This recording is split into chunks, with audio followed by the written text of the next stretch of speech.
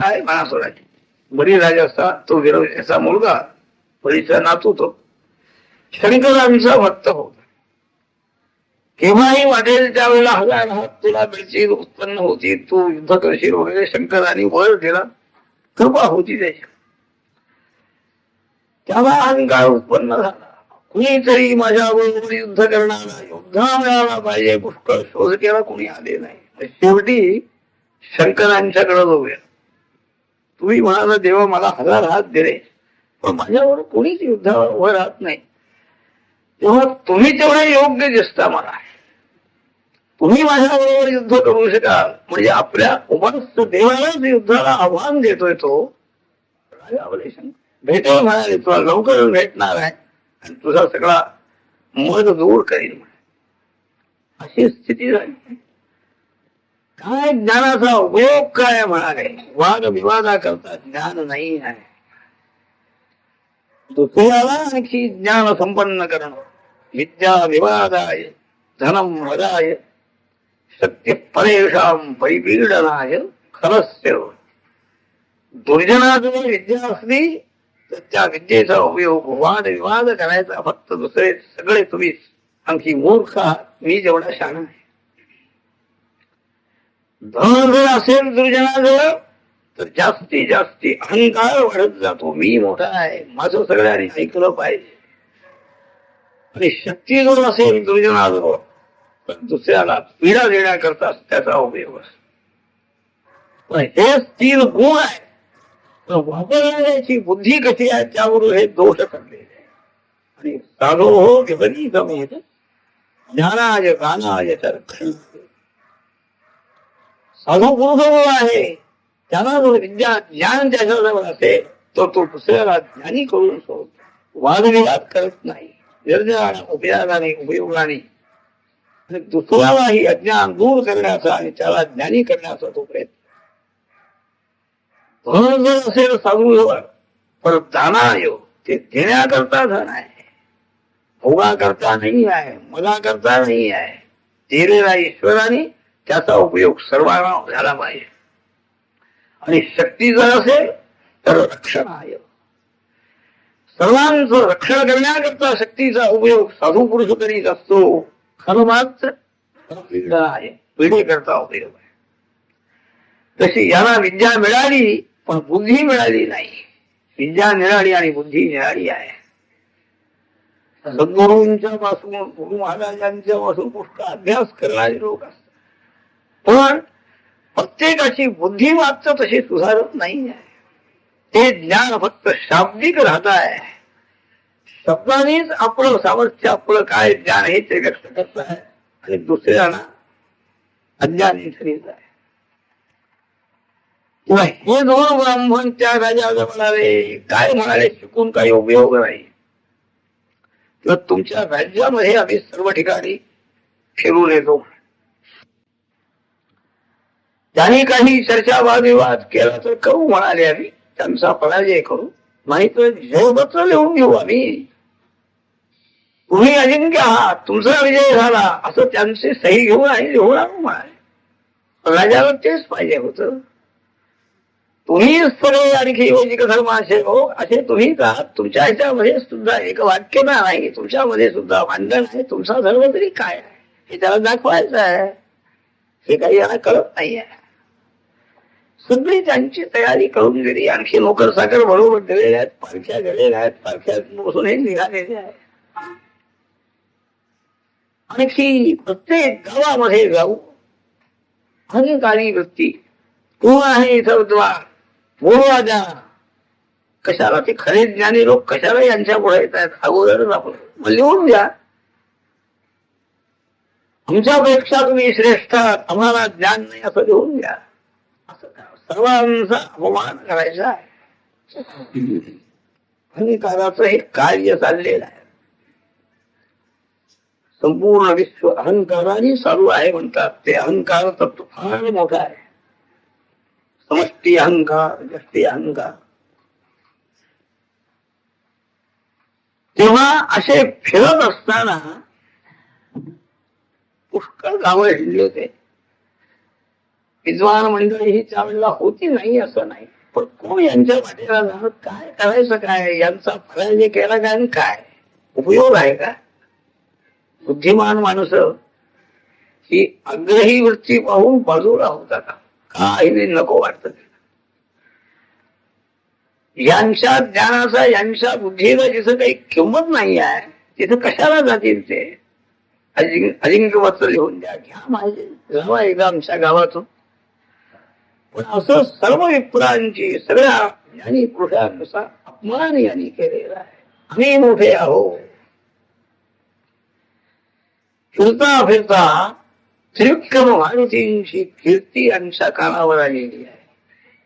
त्रिवेदी आहे, 3 वेदांचा अभ्यास केलेला आहे. ऋग्वेद आहे, यजुर्वेद आहे, सामवेद आहे. किती मंत्र आहेत, किती त्याचे आणखी आहेत, भाष्य आहेत, कितीतरी. वेदाभ्यास म्हणजे अनंत वेद आहे. त्या सगळ्या वेदांचा अभ्यास म्हणजे फार कठीण आहे, होऊ शकत नाही. पण यांनी अभ्यास सारखं त्यांचं अभ्यासामध्येच त्यांचं आयुष्य गेलेलं आहे. संन्यास दीक्षा घेतली तरी चिंतन चाललेलं आहे, मनन चाललेलं आहे.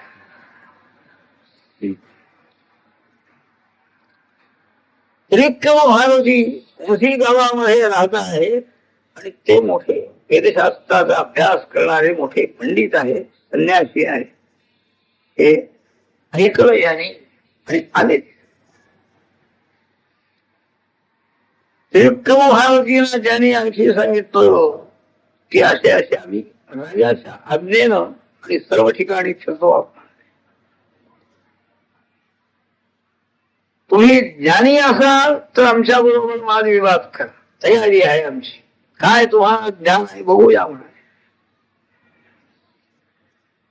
आणि अज्ञानी असाल तर ते लिहून घ्या, मला काही समजत नाही, तुम्हीच मोठे आहात. काय लिहून घेऊन तरी काय यांच्या बरोबरची पत्र येणार होती का? काय होत? काय सगळा वेदांत वाचून, सगळी शास्त्र वाचून त्याचा उपयोग काय? त्रिविक्रम महाराजींना अगदी सरळ सांगितलं त्याने की भवानो, तुमच्यासारखं जर मला ज्ञान असतं म्हणाले, तुमच्यासारखं मी पालखीत बसून हिंदू नसतो का म्हणाले. ज्ञान नाही, लिहून द्यायला कशाला पाहिजे? नाही आहे, मी कबूल करतो की. आणि संन्यासी मी आहे, मला जय काय पराजय काय तुझे सारखं नाही. त्यांना पटलं नाही. त्यांनी सगळी आपली पत्र काढली, जेव्हा मात्र हे लिहून आणले या गावात, आमच्या विद्वानांनी घेऊन दिलं, ह्याने घेऊन द्यावं, हे सगळे आम्हाला त्यांनी मान्यता दिली, आम्ही श्रेष्ठ आहोत, तुम्हाला लिहून द्यायला काय हरकत आहे. त्याने समजून घालण्याचा प्रयत्न केला, परंतु आग्रही बुद्धी आहे, अहंकारामुळे आग्रह निर्माण होत. आपलं बरोबर आहे, आग्रह आहे, रजोगुण आहे मोठा. रजोगुणाचं लक्षण सांगताना तो कळून येत नाही, रजोगुण असं सांगतात. हे कामाधिक विकार आहे, ते विकार आपल्याबरोबर आहे तसं याला कळतच नाही. न कळताना याचा नाश होतो म्हणा. बाकीचे काही तमोगुण म्हणा कोणी सांगितलं तर कळेल तरी, पण नाही, हे कळत नाही. पण त्यानेही विचार केला. याला म्हणाले काहीतरी शिक्षा झाली पाहिजे. गाणगापुरामध्ये आपले गुरु महाराज आहे, त्यांच्याकडे यांना घेऊन जावं. ते सर्व समर्थ आहे. काय योजना करायची, यांच्या बुद्धीचं परिवर्तन कसं करायचं त्यांना अनुभव होता स्वतःचा. आपण हे म्हणाले असंच केलं, आपली बुद्धी आणखी बदलली. देवा बुद्धी बदलली तरी हरकत नाही, चांगलं झालं. अहंकार सोडून आणखी त्यांनी क्षमा मागितली तरी नाही, तर शास्त्र करतील म्हणाले. नास्ते गुरु अग्रे इत्युक्त्वा श्री गुरु. त्यांनी सांगितलं त्रिविक्रम महाराजींनी, जिथे गुरु महाराज गाणगापुरामध्ये राहतात म्हणाले, तिकडं तुम्हाला यायचं असेल तर चाल, मी तिथे येतो. त्यांच्या समक्ष काय ते सांगतील त्याप्रमाणे करू. जो भक्त लिहून द्या म्हणाले, लिहून घेऊ. नाहीतर वादविवाद करायची इच्छा असेल महाराजांनी सांगितलं तसंही करायला हरकत नाही म्हणाले. म्हणजे त्यांनी माघार घेतली नाही. त्यांना एकदा घेऊन जायला पाहिजे, शासन व्हायला पाहिजे म्हणाले. त्रिविक्रम महारथी दंडकमंडल घेऊन आपले चालत निघाले गाणगापुरात. आणि हे उन्मत्त पालखीमध्ये बसूनच निघाले. आयुष्य कमी झालं म्हणतात त्यांचं. संन्यासी पुरुषाचा अवमान केले आणि आहे गाणगापूरला मठामध्ये आले. त्रिविक्रम महाराजींनी नमस्कार केला आणखी महाराजांची स्तुती केली. नम ओंकार रूपाय निर्गुणाय गुणात्मने जगद्गुरु फलानंद मूर्ती जय जय. निर्गुण आणखी गुणात्मा सगुण आपण संपूर्ण जगताला मार्गदर्शन करणारे गुरुस्वरूप आपण आणि आनंद मूर्ती आपण. परंतु अज्ञान अंधकारामध्ये सापडलेल्या जीवाला मात्र हे समजत नाही आपलं तत्व. घोडाला सूर्याचं काय माहिती आहे म्हणजे त्याला काही कळत नाही. आज म्हणाले अशी परिस्थिती आली ज्या समाजामध्ये हे दोन विप्र अत्यंत उन्मत्त झालेले, ज्ञानाचा अहंकार बाळगणारे, सर्व ठिकाणी जाऊन आणि सर्वांचा अपमान याने केला. सगळे मूर्ख आहेत आणि आम्हीच हे ज्ञानी आहोत अशी आपली बढाई मारतायत म्हणाले. यांच्याकडे आपण लक्ष द्या, यांना शासन करा अशी प्रार्थना अशी त्रिविक्रम महाराजींनी महाराजांची. मग महाराजांनी त्या ब्राह्मणांना विचारले, काय म्हणाले, कशा करता तुम्ही आला इकडं, त्रिविक्रम भारतीकडे गेला होता, इथं पुन्हा आला, काय काम काय आहे तुमचं. ते म्हणाले, काम म्हणजे राजाच्या आज्ञेनं आम्ही आलो. सगळ्या द्विजांना सगळ्यांना जिंकायच्या करता राजाने आम्हाला सांगितलं, त्या करता आलो म्हणाले. आम्ही अत्यंत मोठे विद्वान आहोत, ज्ञानी आहोत. हा पुढे आपण स्तुती करी एक लक्षण रामदासाने लिहून ठेवलं आहे. तेव्हा यांच्याकडे आम्ही गेलो, यांनी सांगितलं तुमच्याकडे चला म्हणा, तुझ्याकडं तुम्हाला काय ज्ञान असणार, तुम्ही संन्यासी लोक, कशाला तुम्ही वेद काय शास्त्र काय तुम्हाला काय कळणार असं अगदी तोंडावर बोलले. गुरु महाराज म्हणाले, कर्वे नाही बाप्पा राक्षसा सुरा देव अनादी कस्य वनंतान खूप वेदान नरे नरे. काय म्हणाले तुम्ही सांगता, काय गर्व झालेला आहे तुमच्या मनामध्ये, याचं काही इकडं लक्ष नाही. गर्वाने सर्वांचा नाश होतो म्हणाले. कोणीही कितीही मोठे असले, राक्षस काय असो काय देव काय, गर्वामुळे त्यांचा नाश झालेला आहे. पुष्कळ आणखी इतिहास आहे म्हणाले.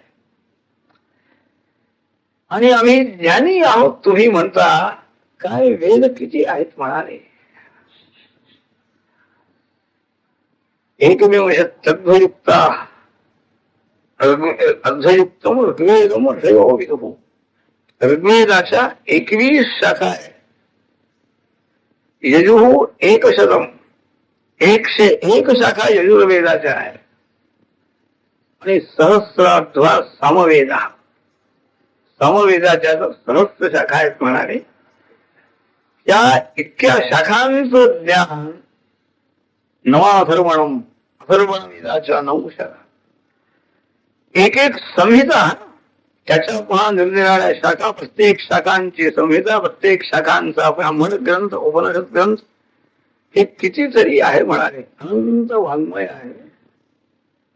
आणि हे संबंध आम्ही जाणतो असं तुम्ही म्हणता, कसं खरं कसं मानायचं. प्रत्यक्ष अद्यापी काहीतरी एखादा शास्त्र सिद्धांत घेऊन चर्चा करणं हे पुढचं आहे का, पण संपूर्ण वेदाचं ज्ञान तुम्ही झालंय म्हणता, हे तरी खरं कसं मानायचं. सगळे तुम्ही कळून, सगळ्या शाखा तुम्हाला माहिती आहे, सगळ्या संहिता तुम्ही म्हणू शकता.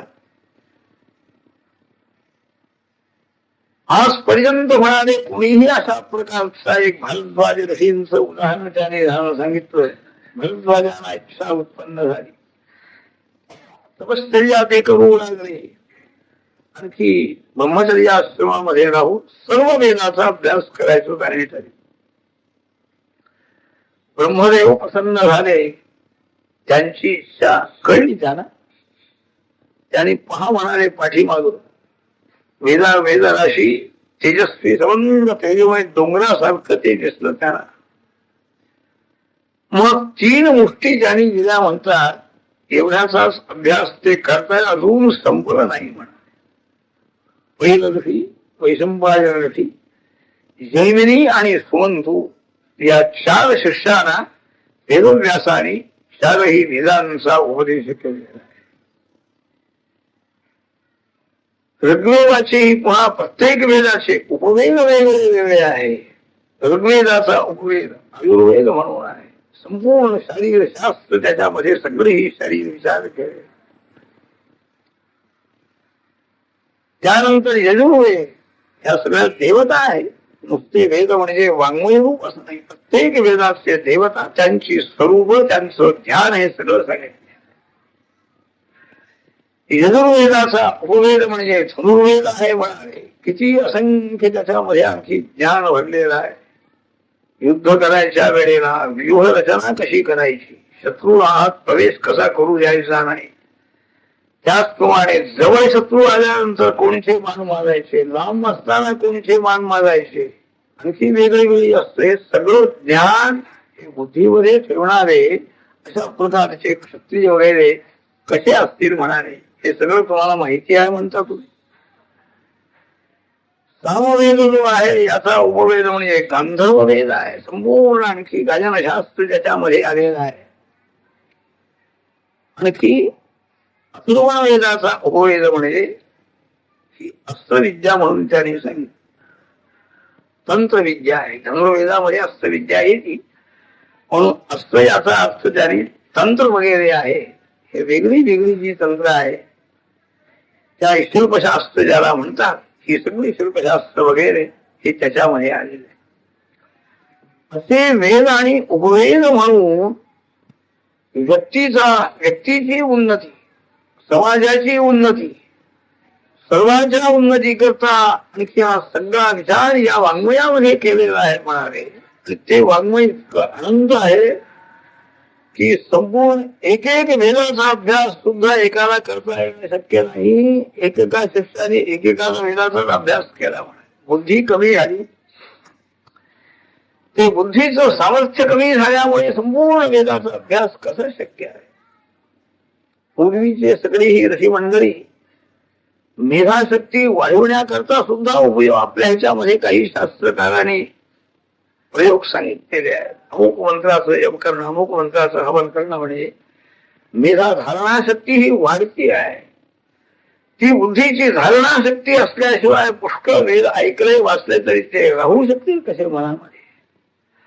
त्यावेळेला तर काय आणखी वेद म्हणजे नुसती पुस्तकं, छापरी म्हणजे वेदाचं संरक्षण झालं असं नाही आहे. प्रत्यक्ष ते म्हणायचे कसे हे सगळं समजलं पाहिजे. त्याचे स्तर कोणीचे आहे, काय आहे, त्याच्यानंतर त्याचा अर्थ काय आहे, हा अर्थज्ञान पुन्हा आहे म्हणाले. पठण कसं करायचं, त्या पठणानंतर त्याचा प्रत्यक्ष अर्थ कसा समजून घ्यायचा, तो अर्थ समजून घेण्याकरता म्हणून पोषक शास्त्र कोणती निर्माण झालेली आहे. त्या शास्त्राचा संबंध अभ्यास होऊन वेदाचा अर्थ कसा करायचा आणि तो अर्थ समजला तरी वेदैश्च सर्वैः अहमेव वेद्यः इथपर्यंत पुढे जायचंय म्हणाले. त्या परमात्म्यापर्यंत जायचंय. सर्व वेदांनी ज्याचं वर्णन केलेलं आहे त्या परमात्म्याची प्राप्ती करून घ्यायची आहे. किती आणखी मार्ग आहे म्हणाले. किती ज्ञान पाहिजे, किती अभ्यास पाहिजे. तुम्ही आपलं सर्व ज्ञान आहे, सर्व वेदाचा अभ्यास केलाय असं म्हणतात. काय कशालाही करता म्हणा. जा तुमच्या रस्त्याने तुम्ही जरा, आम्ही संन्यासी आहोत, आम्हाला काही नको आहे.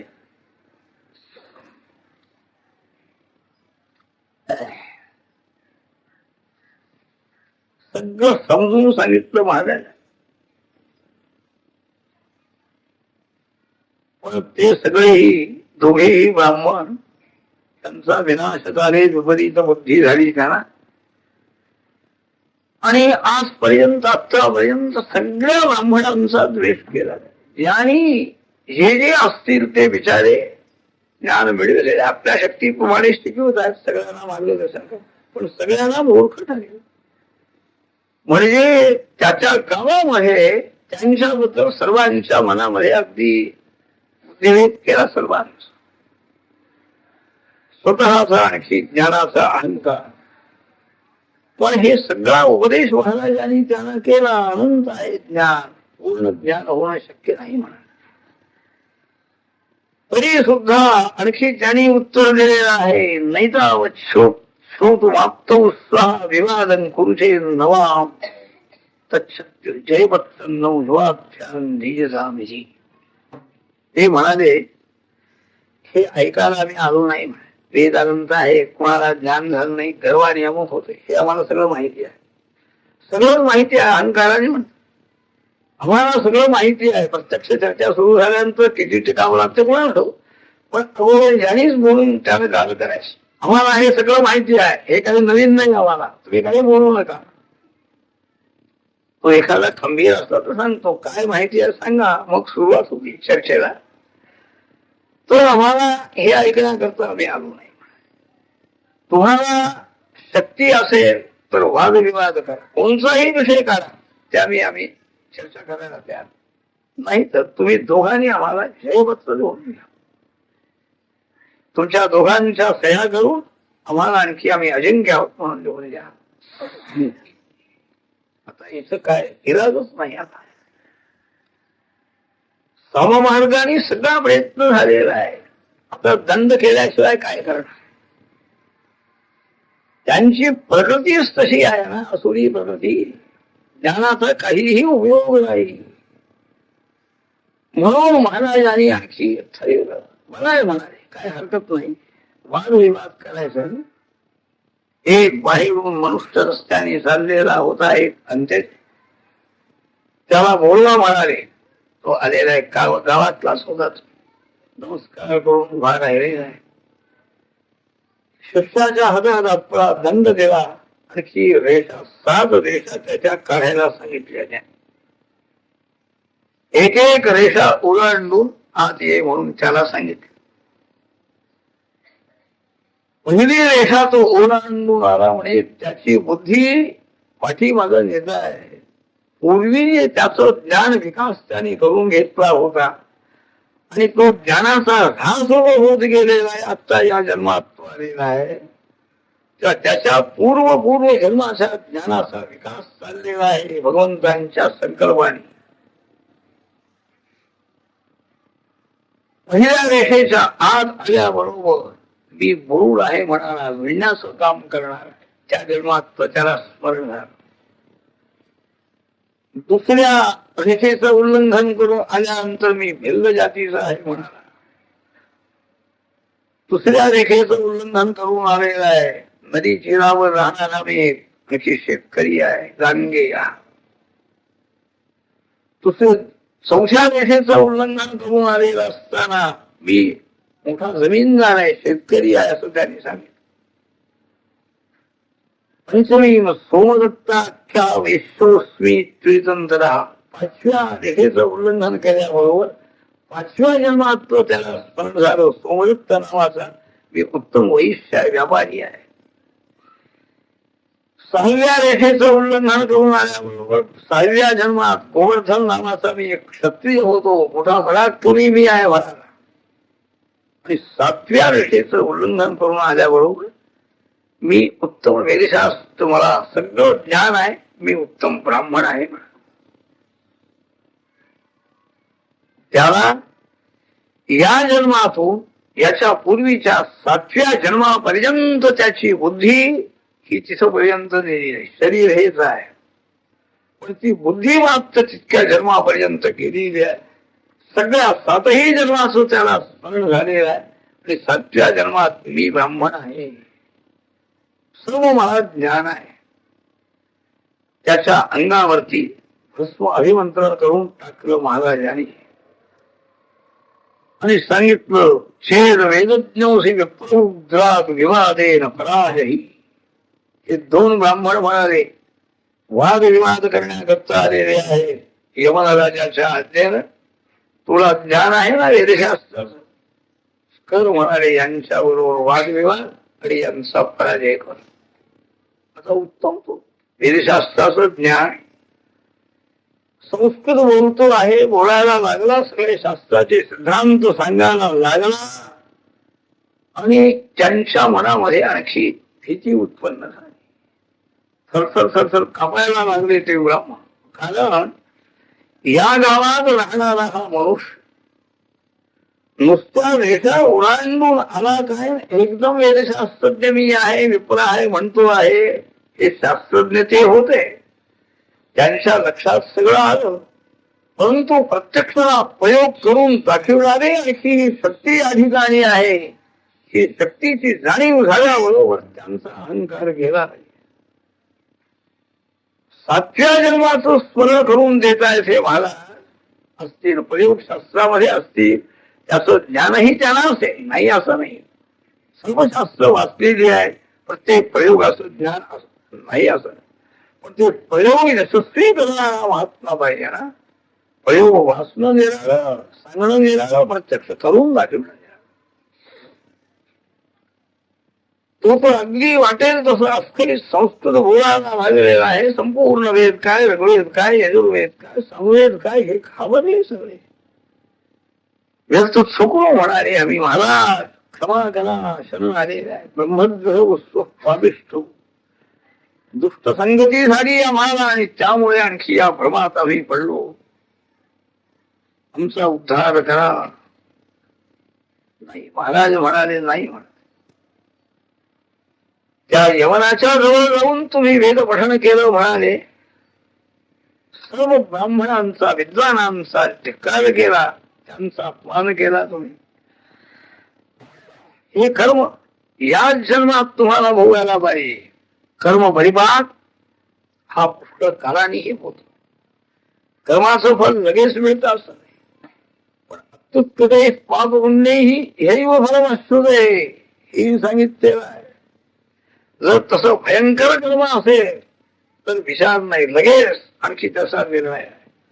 राक्षस उद्धार भविष्यता. तुम्ही या तुमच्या पाप कर्माचं फळ म्हणजे तुम्ही ब्रह्म राक्षस वार म्हणून शाप दिलेला आहे. पुन्हा सांगितलं, 12 वर्षापर्यंत तुम्हाला या जन्मामध्ये राहावं लागेल.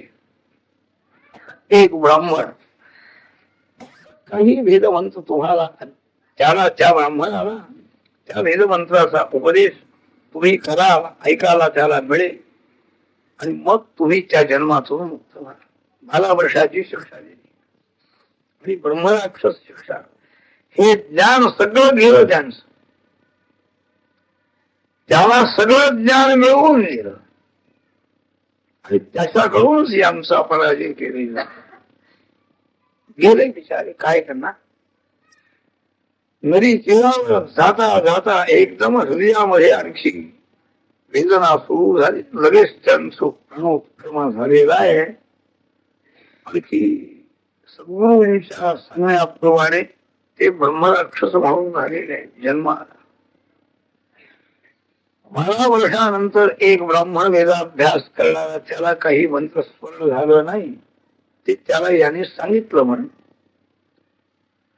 आणि त्यालाही ज्ञान झालं की ही मुक्त झाले त्यावेळेला. तेव्हा सिद्ध सांगतायत नामधारका, स्वधर्म उत्सृज्य मध्ये नये द्विजान गुरून दशंत खलु राक्षसावने भवन्ति पापोपि यदानुदापितः कनिष्ठ शिक्षो भवति द्विजाविव.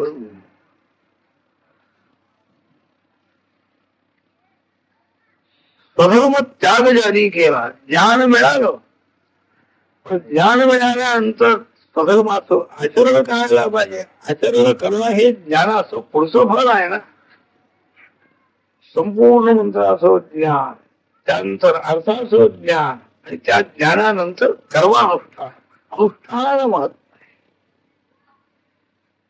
तर यांनी स्वधर्म त्याग केला, केवळ द्रव्याकडे लक्ष दिलेलं आहे. द्रव्य मिळतंय ना, मग यवनाकडे काय, कोणीकडे काय, कोणी बोलावलं तरी जायचं, वाटेल ते हे करायचं. हा एक स्वधर्म त्याग त्याने केला. आणखी सगळ्या द्विजांचा, गुरूंचा, सगळ्यांचा अवमान केला त्यांनी. आपल्याशिवाय कोणीही ज्ञानी नाही, सर्व काय ते आपल्याला समजत आहे. या अहंकारामुळे सर्वांचा अवमान केला. हे एक मोठं पाप आहे ना. कोणाचाही अवमान करायचा नाही.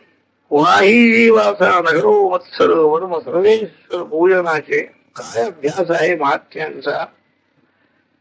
कोणाचाही द्वेष नाही. सर्वत्र भगवान एक आहे ही भूमिका आहे. त्यामुळे अपकार करणारा, निंदा करणारा, द्वेष करणारा त्याचाही द्वेष करायचा. ही भगवंताची खरी भक्ती ही आहे. ही ज्यांना आणखी कळलेली आहे आणि त्याप्रमाणे आचरण ज्यांचं चालू आहे ते कोणीकडं महात्म्य नसेल. वेदशास्त्र ज्ञान त्यांना नाही असं नाही. वेदाचा अर्थ अमासीच ठावा म्हणतात. खरा वेदाचा अर्थ परमात्मा आहे. तो त्यांनी समजून घेतलेला आहे. परंतु केवळ बाह्य अर्थाकडे लक्ष देऊ आणखी शास्त्रार्थ करणं, वादविवाद करणं आणि त्यामुळे कितीही लोकांचा अपमान झाला तरी तिकडं लक्ष न देणं म्हणजे भक्ती सुटलेली आहे. द्वेष करणं म्हणजे अभक्ती आहे. तर ही भक्ती सोडून देऊन स्वधर्म त्याग करून केवळ अर्थ कामा आसक्त असलेले अशा प्रकारचे जे आहे त्यांना तत्काळ शासन होत आहे. भक्तवत्सल भगवान आहे. कुणीही वाटेल त्याच्याबद्दल वत्सलता दाखवीत नाही. प्रत्यक्ष इतक्या लोकांचा अपमान, जनता जनार्दनाचाच अपमान तो झालेला आहे ना. बरं त्यांना शासन करायचं म्हणजे त्यांची शुद्धी करायची आहे ही दृष्टी आहे. भगवंताची ती सुद्धा एक दयाच आहे ना. अहंकारामध्ये हे गेले तर कुठं नरकामध्येच जाणार. यमधर्म म्हणजे ज्यांचे अधिकारी आहेत यांनी नेमलेले ते फक्त आणखी कर्माप्रमाणे शिक्षा करा. तिथं दयाबिया काही नाही, आणखी अव्यवस्थाही नाही. काय यांनी कर्म केलेला आहे त्याप्रमाणे शिक्षा द्यायची. मग ती भयंकर असो काही असो तिथं तक्रार चालायची नाही. त्यांच्या ताब्यात देण्यापेक्षा आपणच शिक्षा देऊ म्हणाले. मला वर्षात ते सगळं आठवलं त्यांचं. तिथं नरकात गेले असतं किती काळ गेला असतं कोणाला आठवत. त्याचा काय नियम आहे. तेव्हा असे जे वागणारे लोक आहेत ते जरी ज्ञानी असले तरी त्या ज्ञानाला महत्व नाही आहे म्हणाले. ज्ञानानंतर आणखी स्वधर्मानुष्ठान करणारे, ईश्वराची खरी भक्ती करणारे, कोणाबद्दलही वैरभाव द्वेष धारण न करणारे तेच आणखी श्रेष्ठ ठरत आहेत. ईश्वराला सुद्धा तेच मान्य होत आहे. रुक्मिणीकडून एक ब्राह्मण पत्र घेऊन आलेला आहे. भगवान श्रीकृष्णाने बोलून बसले श्रीकृष्ण वगैरे आणि त्यांनी त्यावेळेला असे उद्गार काढले. त्या भूदेवाला सांगितलं, भूदेवा विप्रान सलाह संतुष्टान साधून भूत सुहृत्तमान निरहंकारिण शांतान नमस्ते शिरसा असकृत. जे विप्र असे असतील कसे सलाभ संतुष्टान आपलं कर्तव्य करू जो लाभ होईल त्याच्यामध्ये संतोष करा, जास्ती नाही. संतोष वृत्तीनं राहणारे जे आहे, वासना नाही आहे, साधू आहे सर्वाबरोबर आणखी साधू वृत्तीनं वागणारे. अजात शत्रू धर्मराजाला म्हणत होते आणखी भूत सुहृत्तमान सर्वही भूतांच्या बद्दल आणखी सौहार्द भावना मैत्री प्रेम धारण करणारे, निरहंकारिण अहंकार यांच्या जवळ बिलकुल नाही. अहंकाराची साधना आहे, सामर्थ्य आहे पण अहंकार. चांगदेव आकाशातून आले वाघावर बसून आणि हे खाली भिंतीवर बसलेले ती भिंतच चालायला लागली. आता यात अभिमान कोणी बाळगला पाहिजे वाचते. कोणाची शक्ती मोठी आहे. शेतन वाघ सिंह कोणीही सर्कशी सुद्धा त्याला आणखी पळवू शकतात, नियमन करू शकतात. वाघावर बसून येणं म्हणजे काय मोठं नाहीये. पण दगडामातीची भिंत ती सुद्धा क्रियाशील ज्यांच्या संकल्पाने झालेली आहे, त्यांचं सामर्थ्य मोठं आहे, त्यांनी म्हटलं तर तो दोष होणार नाही. परंतु ते सामर्थ्यही जे विसरून जात आहे, हे तेवढं ज्ञान आहे, ही योग्यता मोठी आहे. म्हणून निरंकार शांत असे शांत व्यक्त आहेत, त्यांना गोपाळ कृष्ण म्हणतायत. नमस्ते शिरसा असं करत, शिरसा वंदन करत आणि वारंवार करतो म्हणतात. तरी ही दैवी संपत्ती आहे. दैवी संपत्तीची जाणीव होत नाही आपल्याला अहंकारामुळे. आपली बुद्धी मोठी आहे, सर्व कार्य आपल्या बुद्धीनं होत आहे, हा बुद्धिवाद आमचा सध्या आहे. संतांनी या बुद्धिवादाला बाजूला केलं. जे खळांची संकटी सांडो देवाजवळ प्रार्थना करताय, सांगायला जात नाहीत लोकांना, काय सांगून उपयोग. हे एवढं दान द्या म्हणतायत ज्ञानेश्वर महाराज. त्यांशी दुर्बुद्धी जाऊ नये, सुधारणा करा आणि सत्कर्मी अशी वाढो, एवढं देवाजवळ मागतायत, प्रार्थना. तर असा प्रकारचे जे आहेत त्यांना राक्षस योनी प्राप्त होती म्हणारे महाराजांनी त्यांचा उद्धारच केला. अनुताप झाला पाहिजे, पश्चाताप झाला पाहिजे. पश्चाताप झाल्यानंतर शिक्षण कमी असलं, ज्ञान कमी जरी असलं तरी सुद्धा आणखी त्याचा उद्धार होतो आहे. दोन चरित्र इथं सांगितलेली आहे. त्रिविक्रम भारतीचंही चरित्र सांगितलेलं आहे आणि या दोन्ही शास्त्रज्ञ विप्रांचंही चरित्र सिद्धारी नामधारकाला सांगितलेलं आहे. त्रिविक्रम भारतीचा अहंकार दूर केला, त्याची बुद्धी शुद्ध केलेली आहे, कर्मनिष्ठ आहेत, आपल्या आणखी स्वाभिमानी वागत आहेत. फक्त आपल्याला बोलले असतील, देवाला बोलले, पण तो दोष नाही मानला त्यांनी. त्यांची खरी योग्यता आहे, वैराग्य संपन्नता हे सगळं आहे. अहंकार तेवढा दूर का, स्वतः त्यांची बुद्धी शुद्ध केली, त्यांना काही शाप दिला नाही किंवा त्यांना हे. पण सर्वही समाजामध्ये सर्वांतर्यामी परमेश्वराचा द्वेष ज्यांनी केला, सर्वांना तुच्छ समजलेले आहे, हा जो अहंकार आहे हा अहंकार बरा नाही. तो अहंकार दूर करण्याकरता त्याला शासनच केलं. हा देह सोडायलाच पाहिजे म्हणजे तुम्हाला या देहात राहिला आणखी काय काय अर्थ तुम्ही करायला सांगताय. सगळे विद्वान घेणे, शिवक्रम भारती सारखा संन्यासी माणूस त्याच्याहून पाठीमागा लागला नाही, हा देह राहणार. म्हणून अनुताप ज्या ठिकाणी झाला तिथं क्षमा आहे आणि ज्या ठिकाणी अनुताप नाही तिथं शासन आहे. ईश्वराचं शासन म्हणजे सर्व लोक महेश्वर म्हणतात, ते शासन कोणीही चुकवू शकणार नाही आहे. अशा दोन्ही कथा सांगितलेल्या आहे. याच्या नंतर आता पुढची कथा आहे, मोठा विचार. पुरुषचरित्रामध्ये एक एक विषय जे मांडलेले आहेत नामधारकांनी, सिद्धांच्या मुखातून त्याला हे चरित्र ऐकायला मिळालेलं आहे. कसं वागावं माणसाने, बुद्धी कशी ठेवावी, कोणची बुद्धी योग्य आहे, कोणची बुद्धी अयोग्य आहे, हे काही स्वतःच्या बुद्धीनं समजत नाही आपल्याला. तेव्हा ते सगळं समजून घेण्याकरता ही चरित्र आहे. भारतीयांचंही चरित्र आणि या दोघांचंही चरित्र. त्याच्यानंतर आता तो जो आहे पतित आहे, जो आपल्या साक्षी जन्मापर्यंत गेलेला आहे, इतकं ज्ञान त्याला मिळालेलं आहे. परंतु त्याच्याही बुद्धीमध्ये आत्मना निर्माण झालेला आहे, अभिमान निर्माण झालेला आहे. तो अभिमान वास्तविक दूर व्हायला पाहिजे. कारण त्या दोघा ब्राह्मणांची काय अवस्था झाली हे त्याने डोळ्यांनी पाहिलेलं आहे. ते गेले, क्रिया बंद पडली, गेले या जन्मातून, पुढं ब्रह्मराक्ष झाले, पुढचं काय पण या वेळेला तरी गेले. यवन राजा त्यांचं संरक्षण करू शकला नाही या ठिकाणी, हे पाहिलेलं आहे त्यांनी.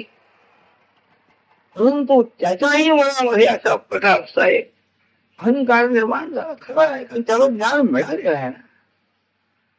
मला सगळं समजतं म्हणाला, म्हणून तर ते घाबरले दोघे, इतके ज्ञानी म्हणाले, नाहीतर कसे घाबरतील. तेव्हा खरं ज्ञान आहे ते त्याच्या 7व्या जन्मातलं आहे, या देहातलं नाही आहे. तेव्हा देहाचा संबंध हा वेगळा आहे, बुद्धीचा संबंध हा वेगळा आहे. तेव्हा बुद्धीच्या संबंधाने तसा देहही जर असेल तर त्या देहालाच आणखी विशेष हे आहे, परंतु देहाला तो विसरून गेलेला आहे. आणखी आपली बुद्धी ही श्रेष्ठ आहे, बुद्धीमुळे आणखी मी श्रेष्ठ आहे असं तो सांगतो आहे. याचा निर्णय मागतो आहे तो, आणि आग्रहाने निर्णय मागतो आहे. युक्तिवादाचा तो आता तयारच झालेला आहे. ती बुद्धी त्यावेळेची त्याला मिळाली, तो आता यांच्या बरोबर वादविवाद का करणार. मला काय हरकत आहे म्हणाला, मी आहे, ज्ञान झाल्यानंतर काय मला काही नाही, दोष नाही, काही नाही असं सांगतो आहे. तो मोठा विचारणी बसला आहे. शास्त्र सिद्धांत कसे आहेत ते आपण समजून घेतले पाहिजे. शास्त्र किंवा शास्त्रज्ञ पुरुष यांच्याजवळ काही पक्षपात नाही आहे. न्यायाधीशाने दोष असेल तर तो शिक्षाही देतो, दोष नाही असं त्याला वाटतं तर सोडूनही देतो आहे. म्हणजे त्याने पक्षपात केला असं म्हणायचं नाही. खून केला म्हणून फाशीची शिक्षा दिली, ती काही त्याने देशाने दिलेली नाही आहे. तेव्हा ही जी काही शिक्षा मला झालेली अशी जी समजूत आहे, ती समजूत ती बरोबर नाही आहे, शिक्षा नाही आहे. कर्माचं फल आहे, चांगल्या कर्माचं चांगलं फल आहे, या कर्माचं हे फल आहे, यातूनही पुन्हा उन्नती होऊ शकते. अवनती वाटत असेल तर भगवत भक्तीच्या मार्गाने जाणारे जे आहेत त्यांना तसं कधीही वाटत नाही. आपण हीन आहोत वगैरे काही नाही, सुखामेळा झालेला आहे, तोहिदास झालेला आहे, पुष्कळ अशा प्रकारचे गुण येतात. अरविंद नाभ पादारविंद गतम कवचम वरिष्ठम म्हणजे प्रल्हादजी म्हणाले, सगळे गुण आहेत म्हणाले, ज्ञान आहे असा अभिप्राय, परंतु परमेश्वरापासून तो विन्मुख आहे, जीवाकडे लक्ष आहे. पण एखादा आणखी अशा प्रकारचा हरिजन जरी असला तरी तो जर भगवत भक्त असेल तर तो त्याच्यापेक्षा श्रेष्ठ आहे, ईश्वराला प्रिय आहे. हाही निर्णय शास्त्रकारांचा आहे. परंतु शास्त्राची जी आज्ञा आहे ती शास्त्राची आज्ञा म्हणजे ईश्वराचीच आज्ञा आहे. ती आज्ञा चुकीची आहे असं आमच्या बुद्धीने आम्ही सांगू शकत नाही, कुणीही सांगू शकणार नाही. चूक कशी दाखवायची केवळ युक्तिवादाने सिद्ध करता येत नाही, युक्तिवाद सुद्धा पुष्कळ आहे. उन्नती म्हणजे शब्दाचा अर्थ काय हे अगोदर समजून घेतलं पाहिजे. उन्नती म्हणजे काय, पैसा मिळणं, कीर्ती मिळणं, सत्ता मिळणं, ह्यालाच उन्नती म्हणायचं की काय. तर ती खरी उन्नती कोणची आहे, शास्त्रीय उन्नती कोणची आहे, प्रिय कोणचं आहे आणि हित कोणचं आहे, हा विवेक झाला पाहिजे. आपल्या मनाला जे बरं वाटतं तेच प्रिय आहे फक्त, पण हित त्याच्यापेक्षा वेगळं आहे. तेव्हा हा हिताचा विचार आणि प्रियाचा विचार हाही आपल्या बुद्धीनं केला पाहिजे, पण तो बुद्धीनं बरोबर होत नाही, निर्णय होत नाही. हेच आमचं हित आहे, आम्हाला जे वाटतं तेच आमचं हित आहे असं समजून शाळेला जाणार नाही मी, हेच आमचं प्रिय असतं ते मुलाला, पण ते त्याचं हित नाही आहे. त्यावेळेला दया करायची का त्या मुलावर. काय हो निर्णय आहे, आई बाप मारतात काय, शाळेत घेऊन त्याला देतात, रडतो मुलगा, त्याच्याकडे लक्ष नाही असं म्हणायचं का. तर त्याच्या हिताकरता म्हणून श्रुती नाही, श्रुती बरोबर होती माऊली जगात. ज्ञानेश्वर महाराज म्हणताय श्रुती ही माऊली आहे जगाची, हित दाखवणारी ती आहे. हिताचा विचार करण्याची बुद्धी आम्हाला मिळावी एवढीच प्रार्थना आणखी भगवंताच्या जवळ करायची. काही वाचा मनसेंद्रिय वा बुद्ध्यात्मा वा ओम यद्यत्नगरं परस्मै नारायणाय दिगंबरा दिगंबरा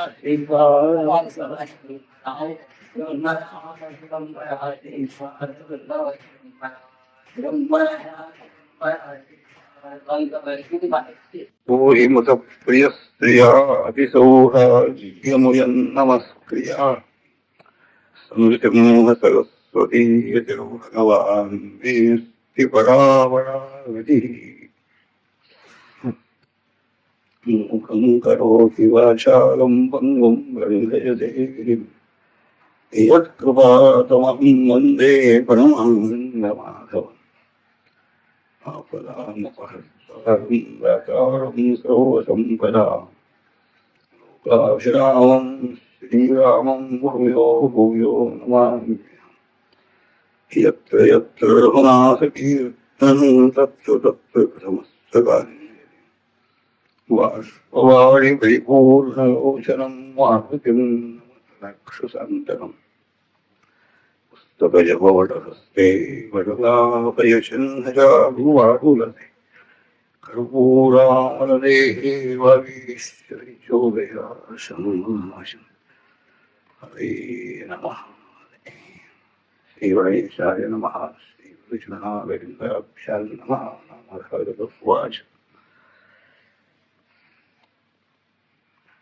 पतितस्य ततो विशाखं किं हीनोऽपि अनुग्रहात् श्रीमद्भगवतो वेदशास्त्रज्ञोऽस्मि देवो ब्रवीत् सिद्ध उवाच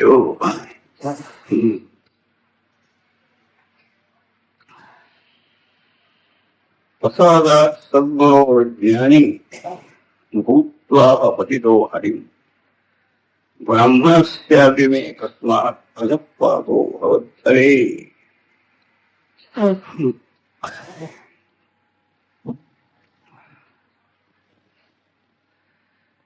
वेदशास्त्र ज्ञान मिळूनही अहंकारामुळे इतरांचा अपमान ज्यांनी केला त्रिविक्रम भारतीचाही अपमान केला त्यांना शासन काय झालेलं आहे हे सिद्धांनी नामधारकांना सांगितलं. स्वतः त्रिविक्रम भारती किंवा गुरु महाराज यांनी काही उत्तर दिलं नाही. वादविवाद हा करायचा नाही आहे आणि संन्यासानी तर अगदीच नाही. ग्रंथाभ्यास नाही, वादविवाद नाही. त्या संन्यास धर्माप्रमाणे त्यांनी स्वतःच्यात भाग घेतला नाही. गुरु महाराजांच्या त्रिविक्रम भारतीयांनी त्या दोघा ब्राह्मणांना आणलं. तिथं जाऊया म्हणाले. ते सांगतील तसं करता येईल. मग त्या पतिताला बोलावून त्या दंडाने काढलेल्या सप्त रेषा आणि त्यातून त्याला आत बोलावून सातव्या जन्माचं जे ज्ञान त्याच ते कमी कमी कमी होत गेलेलं आहे. ते ज्ञान पुन्हा त्याला दिलं. सातव्या जन्मापर्यंत त्याची बुद्धी नेली. शरीर हेच आहे, शरीर बदललं नाही. परंतु प्रत्येक जन्मामध्ये जे शरीर मिळालेलं असेल त्या शरीराचं अभिमान हा प्रत्येक जीवाला असतो. देहात्मबुद्धी ज्याला म्हणतात, ही देहात्मबुद्धी ही प्रत्येक जन्मामध्ये कोणता देह असेल तो देह म्हणजे मी आहे अशी बुद्धी घेऊनच तो जन्माला आलेला आहे. तर त्याची जी बुद्धी पूर्वीच्या शरीरामध्ये होती आणि ते ज्ञान त्याला मिळालेलं होत, परंतु ते ज्ञान दोषामुळे सगळं गेलं म्हणाले. त्या पूर्वीच्या ब्राह्मण जन्मापासून क्षत्रिय, वैश्य, शूद्र असे सगळे जन्म म्हणजे एक एक ज्ञान कमी कमी कमी होता हा या ठिकाणी तो आलेला आहे. पण पुन्हा त्याचं पूर्वीचं ज्ञान महाराजांनी दिलं, मिळवलं. आता ते ज्ञान मिळाल्यानंतर पुढची हकीकत काय झाली असं नामधारकाने विचार. ज्ञान म्हटलं की अभिमान हा. सर्व वेदशास्त्राचं ज्ञान आणि त्याला झालेलं आहे. म्हणून तर ते दोघे विद्वान समजणारे ब्राह्मण स्वतःला ते घाबरून गेले आणि त्यांना शिक्षा झाली. पण याही विचारलो महाराजांना. म्हणाले ब्राह्मण असताना माझा पात काळ झाला. ब्राह्मण आहे म्हणजे आता ज्ञान तर आहेच आहे. ज्ञान असल्यानंतर ब्राह्मण आहे असं तो समजतोय. त्या जन्मातली त्याची स्मृती आहे. ज्या जन्मामध्ये तो ब्राह्मण होता, ब्राह्मण देहधारी, तो मी आहे. तो देहाभिमान त्याला आता उत्पन्न झालेला आहे. आणि त्या देहामध्ये असताना जे ज्ञान त्याने मिळवलेलं आहे तोही अभिमान आहे. मी असा ज्ञानी आहे, मी ज्ञान मिळवलेलं आहे. मग हे ज्ञान गेलं कसं असं त्याने विचार. आत्ता मिळालेलं आहे पण का मध्ये का गेलं, कारण काय. मग महाराजांनी कर्म हे त्याला कारण आहे म्हणून सांगितलं. पुण्य आणि पाप हे कर्माचे दोन भाग आहेत. त्याला धर्म आणि अधर्म म्हणतात. शरीराने होणार, वाणीला, मनाने स्वतः वैयक्तिक केलेलं, दुसऱ्याकडून केलेलं पुण्य अथवा पाप दोन्ही असते, किंवा अनुमोदन दिलेलं हेही कर्म धरलं जात. स्वतः जरी केलं नाही तरी करील दुसऱ्याकडून तरी सुद्धा हाही दोषी होत. आदयिता असे अनेक प्रकार हे कर्मामध्ये आहे. ही कर्म, या कर्मांचं फलही शास्त्र प्रमाणाने सांगितलेलं आहे. सृष्टी निर्माण करताना प्रत्येक जीवाची कर्म हे सृष्टीला एक कारण आहे म्हणून त्यांनी सांगितलेलं आहे. ईश्वराला काही काम नाही आहे, कशाला करायची सृष्टी.